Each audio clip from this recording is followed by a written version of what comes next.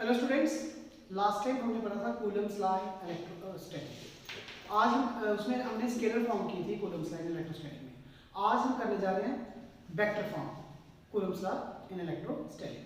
तो आज की है हमारी Coulomb's law in vector form, Coulomb's law in vector form. तो वेक्टर फॉर्म आपको पता ही है, जिसमें मैग्नीट्यूड भी होता है, डायरेक्शन भी होती है और लाइन ऑफ सपोर्ट भी होती है। ठीक है, वेक्टर क्वांटिटी हम उसी को कहते हैं जिसमें मैग्नीट्यूड हो, डायरेक्शन हो, इसका लाइन ऑफ सपोर्ट हो, मींस इनिशियल पॉइंट हो, टर्मिनल पॉइंट हो, that is called vector quantity. तो आज हमें कूलम्स लॉ को वेक्टर फॉर्म में करना है। जैसे आप लोगों ने क्लास 11 में पढ़ा था न्यूटन्स लॉ ऑफ ग्रेविटेशन, तो उसमें भी आपने पहले उसकी स्केलर फॉर्म को फाइंड किया था, फिर बाद में उसको वेक्टर फॉर्म में भी रिप्रेजेंट किया था। तो उसी मेथड के साथ आज हमने यहाँ पे भी इसको कूलम्स लॉ को इंप्लीमेंट करना है, बताना है। तो कूलम्स लॉ एक्चुअली में क्या था, मैं आपको रिपीट करवा देता हूँ। उसमें क्या था, दो चार्जेस थे आपके, पॉइंट चार्जेस थे, रेस्ट में थे।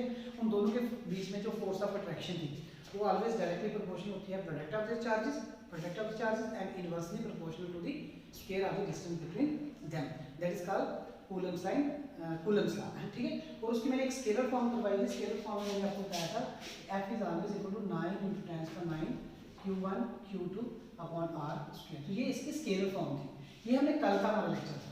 ठीक है, आज हम आपको करवाने जा रहे हैं Coulomb's law in vector form. तो इसके लिए कुछ रिप्रेजेंटेशंस हैं, डायग्राम पे फोकस करेंगे। देखिए, सबसे पहले आपने क्या करना है, दो पॉइंट चार्जेस को लेना है। एक चार्ज ले लिया यहाँ पर, एक चार्ज ले लिया यहाँ। ठीक है, ऑब्वियसली यहाँ पर जो फोर्स इंप्लीमेंट होगी, यहाँ ये फोर्स होगी 1 2 वेक्टर। 1 2 का मतलब हो गया ये फोर्स है चार्ज Q1 के ऊपर ड्यू टू चार्ज Q2। ठीक है, और यहाँ पर जो फोर्स आएगी that should be equal to F21। ये फोर्स है चार्ज Q2 के ऊपर, लेकिन due to exerted by charge Q1। तो इन दोनों के बीच में यू नो डिस्टेंस ऑलवेज कितना होता है, R होता है। ठीक, अब यहाँ पर क्यों, क्योंकि देखो डायरेक्शन हमें कौन देता है, पोजीशन, यूनिट वेक्टर्स। तो यहाँ पर यूनिट वेक्टर्स किस तरह से रिप्रेजेंटेशन होगी, देखिए ये यहाँ पर होगा R12। ये यूनिट वेक्टर है। यूनिट वेक्टर आपको पता है, किसी भी यूनिट वेक्टर को हम इस तरह से रिप्रेजेंट करते थे, ऊपर हम कैप लगाते थे। तो ये जो यूनिट वेक्टर है ना R12, this is the unit vector pointing from Q1 to Q2, pointing from Q1 to Q2, and this is R21। इसका मीनिंग क्या है, ये है आपका unit vector pointing from Q2 to Q1, Q2 से Q1 दिख रहा है। 1 टू मीन 1 टू 2। ठीक है, और 2 1 का मतलब 2 से 1। तो यहाँ का इसका मीनिंग क्या है, this is the force on charge Q1 exerted by Q2। ठीक है, ये थी force, this is the force on charge Q2 exerted by Q1, and this is the position, this is the unit vector. ठीक है, this is the unit vector pointing from Q1 to Q2। ठीक है, और this is the unit vector pointing from Q2 to Q1। तो ये हमारी complete figure है। दो हमने पॉइंट चार्जेस लिए हैं जो कि रेस्ट में है, उन दोनों के बीच में जो डिस्टेंस है वो डिस्टेंस कितना है, R। ठीक है, तो आज हमने कूलम्स लॉ को वेक्टर फॉर्म में रिप्रेजेंट करना है। तो इसके लिए आप देखिए, अकॉर्डिंग टू कूलम्स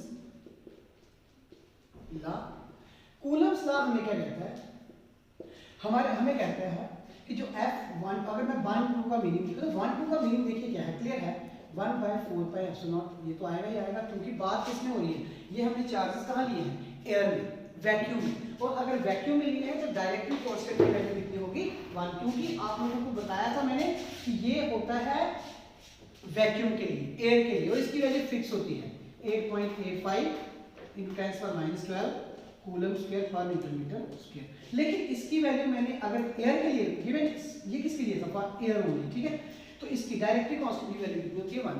तो इसलिए यहाँ पे डायरेक्टली कांस्टेंट क्या आएगा, 1। लेकिन चार्जेस देखो, ये 1 2 का मीनिंग क्या है कि 1 Q1 है और Q2 है।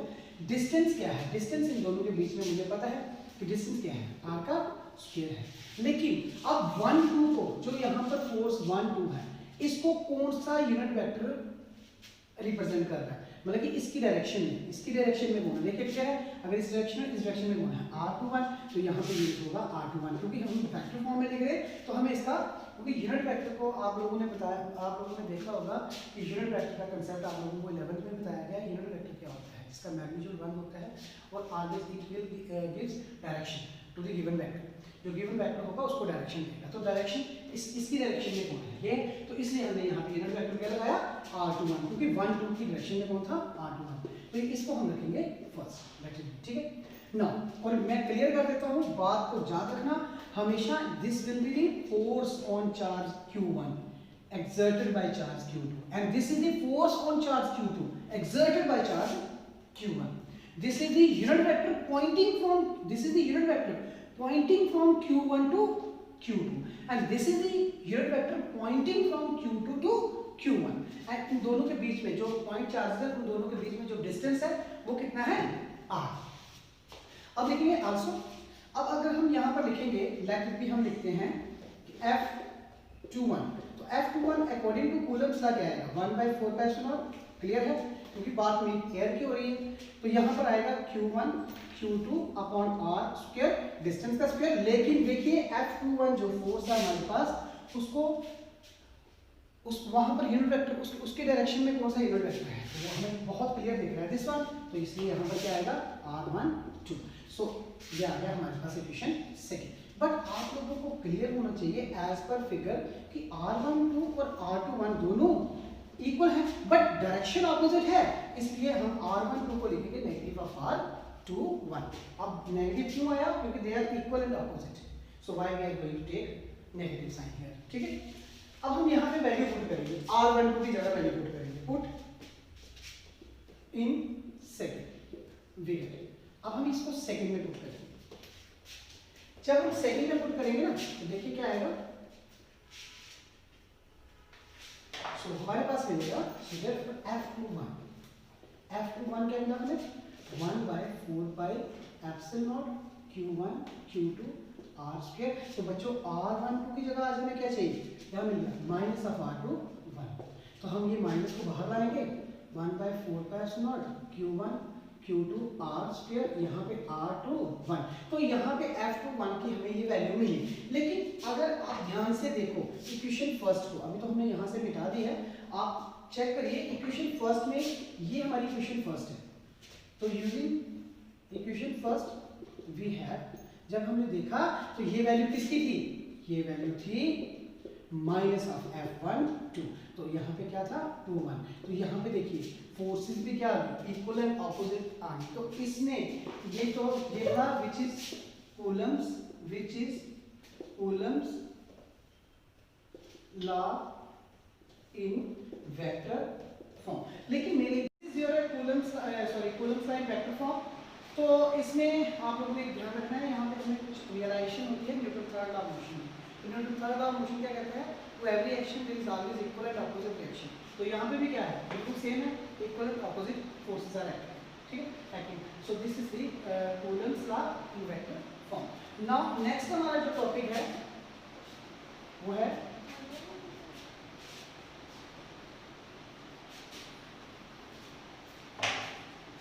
वो है वन कूलम का डेफिनेशन बताइए, पेपर में आता है, सीधा सीधा क्वेश्चन आता है, state and prove Coulomb's law, ठीक है, इन इलेक्ट्रोस्टैटिक, और उसमें पूछा जाता है define hence define unit charge और वन कूलम, इसको और करके यूनिट चार्ज भी कहते हैं, यूनिट चार्ज।